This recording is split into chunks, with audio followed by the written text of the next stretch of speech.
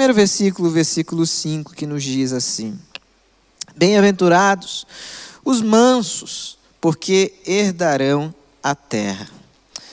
Se você é manso, você pode ter esperança. A primeira lição está aqui: se você é manso, você pode ter esperança, porque há uma promessa, você herdará a terra. Mas espera lá, parece uma coisa um tanto quanto incoerente para os nossos dias.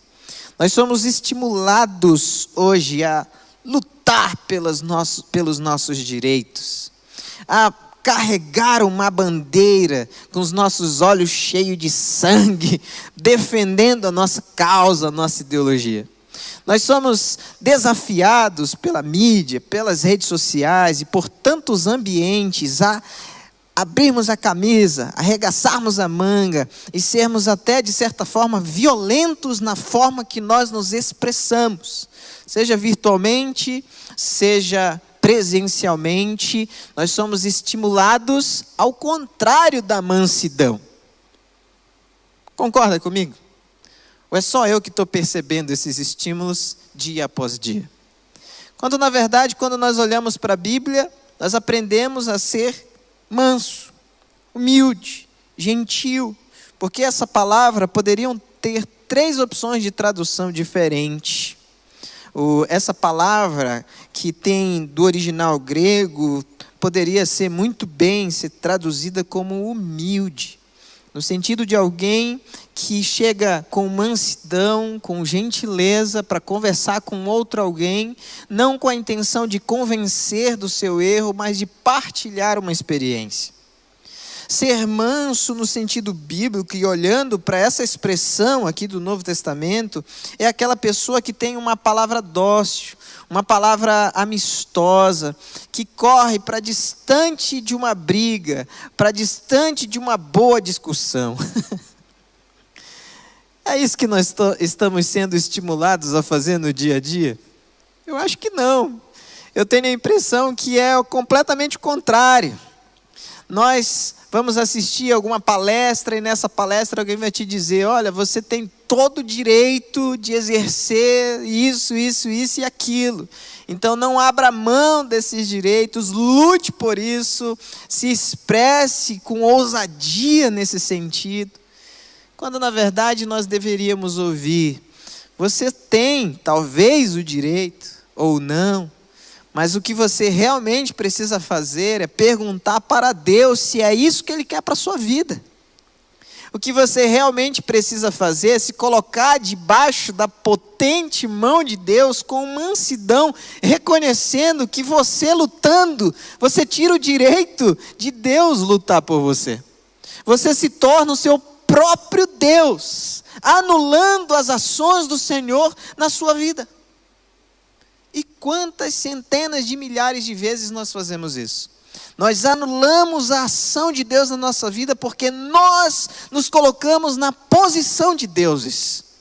Não, se não for desse jeito eu não quero. Se não for assim não é possível.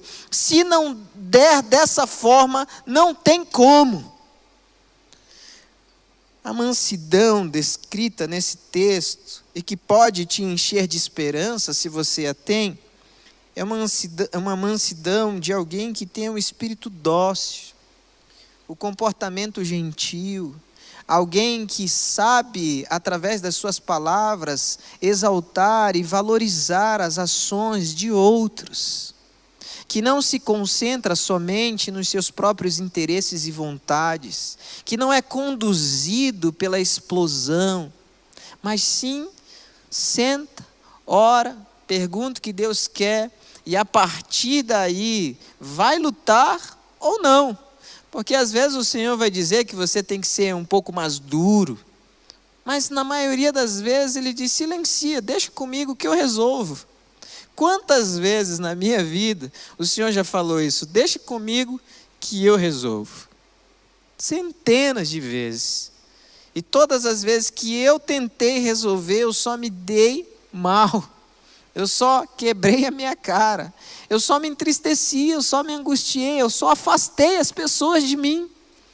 Porque eu disse para o Senhor: não, tudo bem, descansa um pouquinho aí que quem vai resolver essa situação sou eu. Mas não funciona assim. Nós podemos desfrutar da bênção do Senhor e encher o nosso coração de esperança quando somos ou temos uma postura de mansidão. Quando se apresenta aqui essa segunda possibilidade de tradução, que seria a humildade, humilde é aquele que está em constante busca por Deus. No Antigo Testamento, aquele que buscava a presença de Deus, aquele que vivia buscando o Senhor, era a pessoa que era considerada como humilde. Nós confundimos, às vezes, a ideia de humildade com pobreza, com esvaziamento, com tantas outras coisas que parece que não estão muito de acordo com aquilo que é apresentado na Bíblia, que é revelado na Bíblia. A humildade bíblica, tanto do Antigo quanto do Novo Testamento, é uma busca constante para que o Senhor cresça e você diminua. É uma busca constante para que o que sai dos seus lábios seja o que sairia dos lábios do Senhor no teu lugar. O que você faz é aquilo que o Senhor faria no teu lugar. O que você pensa é aquilo que o Senhor pensaria. Olha que conceito bonito. Ser gentil é ter a capacidade de refletir Jesus em nós. Gente, como eu quero ser gentil. Como eu quero refletir Jesus em mim. Mas é difícil, não é? Fala a verdade. É muito difícil. É muito difícil quando alguém chega te cutucando bem na tua ferida, no teu ponto fraco, naquilo que você valoriza tanto. Que às vezes aquilo que você valoriza tanto é o que Deus detesta mais. Já parou para pensar nisso? Parece que algumas coisas que nós valorizamos tanto é o que Deus menos aprova. E nós queremos, insistimos, ficamos naquela postura, naquela situação, naquela decisão e continuamos em grande angústia, isolamento e solidão. Mas ser gentil é, na verdade, refletir a pessoa de Cristo em mim. Como é que tem sido para você aí? Você tem sido manso? Tem buscado mansidão? Você entende a importância de uma postura de humildade? Você entende a importância de uma postura de humildade? E as pessoas que estão ao seu redor percebem Jesus através da sua gentileza, do seu trato, de como você fala, de como você se comporta, das coisas que você faz ou deixa de fazer. Olha que grande desafio para quem é pai, para quem é mãe. Olha que grande desafio para quem é líder, para quem tem a sua empresa, para quem é funcionário, para quem é estudante, para quem é professor, para quem é profissional, seja da área que for. Olha que grande desafio para cada um de nós. Encher o nosso coração de esperança a partir de um comportamento transformado, manso, humilde e gentil. Mas não é só isso. Você pode encher o seu coração de esperança também se você tem sede de justiça. O versículo 6 nos diz: bem-aventurados os que têm fome e sede de justiça, porque serão saciados. Aqui o autor menciona duas necessidades que são primárias, duas necessidades básicas para todo ser humano. Inclusive, se você vai estudar um pouquinho, você vai chegar num pesquisador chamado Abraham Maslow, que vai fazer uma espécie de catalogação das necessidades humanas. E ele coloca isso na base de tudo: comer, sobreviver. E ele diz assim: se você tem fome e sede, se isso é uma necessidade vital para você, de justiça, você um dia vai ser saciado. Olha que coisa linda. Mas o que é justiça no sentido bíblico? Bem, a palavra que nós traduzimos, ou que os estudiosos traduzem para justiça, é de kaiosune. Essa palavra também é uma palavra grega, e ela tem a ver com uma justiça que, na verdade, é uma aprovação de Deus. é uma provação de algo que Deus vê como correto. É uma provação de uma postura, de uma fala, de um comportamento que Deus vê como correto. E essa justiça, ela está associada à integridade, à virtude, à pureza. E essa palavra virtude na Bíblia geralmente está relacionada à manifestação de poder, manifestação de milagre, ação extraordinária de Deus. Sabe quando a gente quer experimentar mais de Deus? Você quer experimentar mais da virtude do poder de Deus se revelando e transformando tudo em você e ao seu redor. Que coisa linda! Então, ter sede de justiça é ter sede de integridade. E a palavra integridade transmite uma ideia de você ser inteiro, ser completo, ser realizado. Então, ser íntegro, na verdade, é poder pôr a mão no peito, ou colocar a cabeça no travesseiro e no final do dia dizer: eu fiz tudo o que eu podia. Eu fiz tudo o que eu podia para transmitir esperança para as pessoas e para viver esperança na minha própria vida. Isso é ser aprovado pelo Senhor. E tem uma promessa em Tiago que vai nos dizer que a oração do justo pode muito em seus efeitos. Aqueles que buscam essa integridade, aquele que busca essa aprovação do Senhor, vai receber também do Senhor o cumprimento das suas promessas, orando incessantemente e recebendo a virtude de Deus, a revelação do poder de Deus. Mas essa palavra também está associada à pureza. A pureza nos lembra a santidade. Santidade nos lembra o enchimento do Espírito Santo de Deus. E o enchimento do Espírito Santo de Deus nos lembra a convivência diária com a palavra de Deus. Então, ser justo, ou buscar ser justo, é buscar ser puro. Sabe, olhar para dentro de você e reconhecer que existem algumas coisas que não são muito legais. Em discussões, geralmente a gente não gosta de dar o braço a torcer, não é? E geralmente nos relacionamentos isso gera tanto conflito.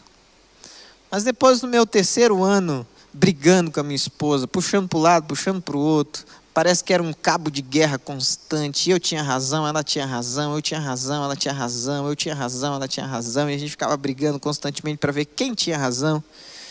Eu decidi não ter mais razão um dia. Eu falei, eu quero viver assim.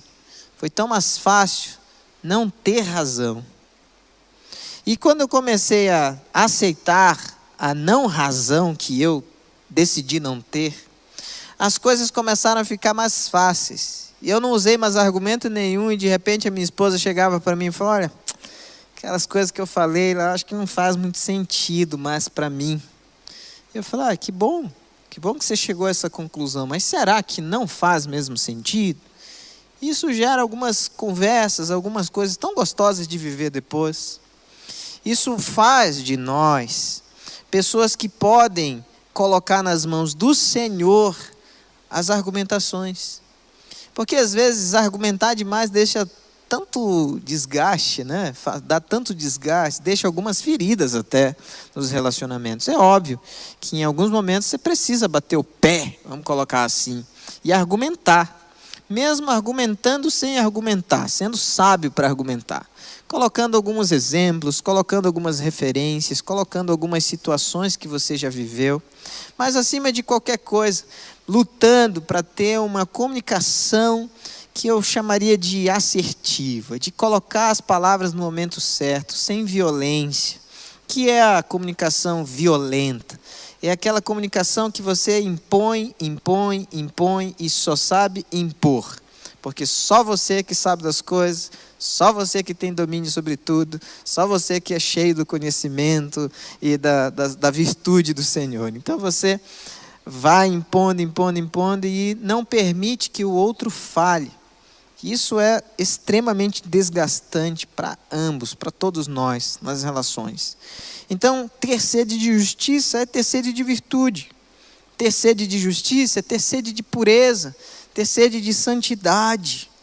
E aí eu queria perguntar para você, você tem vivido nessa dinâmica, buscando integridade, virtude, pureza, dia após dia, em todas as áreas que envolvem a sua vida?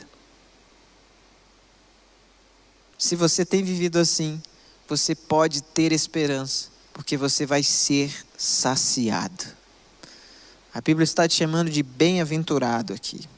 Mas o último verso, o verso 7 nos diz: bem-aventurados os misericordiosos, porque eles alcançarão misericórdia. Se você tem misericórdia, você também pode encher o teu coração de esperança. Mas o que é isso? É mais uma outra palavra que nos confunde os miolos aqui, né? Misericórdia, eu gosto da tradução da palavra misericórdia quando vem da origem latina, que junta duas palavras: miséria do coração, misericardia, a miséria do coração. É você olhar para outra pessoa e reconhecer o miserável que aquela pessoa é, mas olhando para você, comparando-se a você, o miserável que você é também. Então, ter misericórdia ou ser bem-aventurado por ser misericordioso é poder alcançar misericórdia. Quando você trata bem alguém com mansidão e com gentileza, provavelmente você semeará mansidão e gentileza. Quando você se coloca no lugar de outra pessoa, entendendo que naquela pessoa existe um miserável, mas desse lado aqui existe um miserável carente de Deus também, Deus vai te ver assim, vai te abençoar, as pessoas vão te enxergar assim, vão te abençoar. E aí você pode encher o seu coração de grande esperança, porque você não está alheio à dor do outro. Você não está ignorando o sofrimento das outras pessoas. Você não é autocentrado, achando que o universo, que o mundo gira em torno de você e das suas vontades. Mas você se coloca no lugar do outro e nessa santa empatia, nessa misericórdia, você sente a dor do outro e fala: se eu posso fazer alguma coisa, eu vou fazer.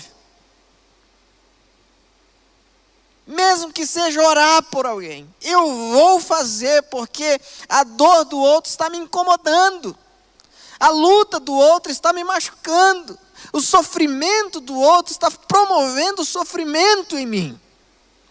E aí eu vou desenvolver essa misericórdia, e junto com a misericórdia, uma santa empatia, me colocando no lugar do outro, entendendo que aquela pessoa precisa da misericórdia, precisa da graça, precisa do favor do Senhor. E é muito legal essa palavra graça, que significa favor imerecido. Uma ajuda que você não merece, mas Deus mesmo assim te dá. Um socorro, uma bênção que você não merece, porque você é um pecador miserável, mas mesmo assim Deus te dá. Mas se você é alguém que tem exercitado e praticado essa santa empatia, você pode encher o seu coração de esperança, porque você também está sendo observado com misericórdia pelo Pai amado, pelo Senhor. Então nós temos diante de nós 3 realidades que precisam se apresentar como evidência na nossa vida. Se você é manso, você pode ter esperança. Se você tem sede de justiça, você pode ter esperança. Se você tem misericórdia, você pode ter esperança. Mas essa noite eu quero orar por pessoas que têm identificado em você tudo menos mansidão. Mas você quer pedir ajuda ao Senhor, como eu peço ajuda ao Senhor hoje. Eu quero orar por pessoas que têm identificado em você tudo menos justiça, integridade, virtude e poder. Purificação, santidade, busca pelo Espírito Santo. Você que deseja viver isso, eu quero orar por você. E quero orar por você que deseja visualizar as outras pessoas, mas não somente vê-las, como se mover na direção delas. Fazer algo para que a vida dessas pessoas se torne mais tranquila e cheia de esperança, porque você tem a esperança para compartilhar. Você está cheio de esperança, para compartilhar com outros. Então, se você deseja sentir e viver no seu coração a mansidão, a humildade e gentileza, que seriam outras palavras que podem ser traduzidas aqui. Se você deseja viver essa justiça de Deus, que tem a ver com a integridade, a virtude e a pureza, ou se você deseja que os teus olhos se abram para você perceber que você não é a única pessoa no mundo que está em sofrimento. Existem outras pessoas e inclusive você pode, de certa forma, aliviar o sofrimento delas e abençoar a vida delas. Se você é essa pessoa que deseja ser tocado, transformado hoje de uma forma sobrenatural, se coloca de pé onde você está e nós vamos orar juntos, pedindo ao Senhor que encha o nosso coração de esperança, mas encha também o nosso coração de mansidão. Encha também o nosso coração de justiça, de sede, de fome de justiça. E encha o nosso coração de misericórdia. Que o Senhor nos ajude, que o Senhor nos abençoe dia após dia a viver essa experiência e a revelar essa experiência a outros, enchendo o coração de outros também de esperança. Senhor Jesus, muito obrigado porque nós estamos nesse lugar para te adorar. E o Senhor está presente aqui. E como é bom te ouvir através da tua santa palavra. Mas também é desafiador. Às vezes nós levamos umas palmadas até, através do impacto poderoso que é a tua palavra. E hoje nós somos desafiados a ter esperança, mas porque temos mansidão. Somos humildes de coração, gentis com as pessoas e apoiamos aqueles que precisam do nosso socorro. Mas também temos fome e sede de justiça, que tem a ver com as virtudes, com a integridade e a pureza. Por isso suplicamos ao Senhor que derrame sobre nós mais fome ainda, mais sede ainda de justiça, para que a santidade seja uma marca em nós, a revelação do poder de Deus seja uma marca em nós, e a integridade seja uma marca em nós. Mas clamamos ao Senhor que abra os nossos olhos, para que não estejamos mais alheios ao sofrimento dos outros, para que esse sofrimento provoque em nós uma mudança de atitude, de ir na direção daquele que precisa de algo. Mas nos ajuda, Deus, porque nós criamos muitas resistências ao longo da nossa história, da nossa vida, com relação a tudo isso que falamos hoje. Nós explodimos, nós fazemos pouco caso, nós não percebemos, ao invés de santificar-nos, nós pecamos ainda mais. Por isso, Espírito Santo de Deus, o Senhor que pode nos convencer do pecado, da justiça e do juízo, seja livre hoje, nesse lugar, e em todos os lugares onde o povo de Deus está conectado conosco, buscando a tua face. Mas transforma, Pai, a nossa vida em vidas que glorifiquem o teu santo nome e revelem a mansidão, o desejo de justiça e a misericórdia, em nome de Jesus, nosso Senhor amado. Amém e amém.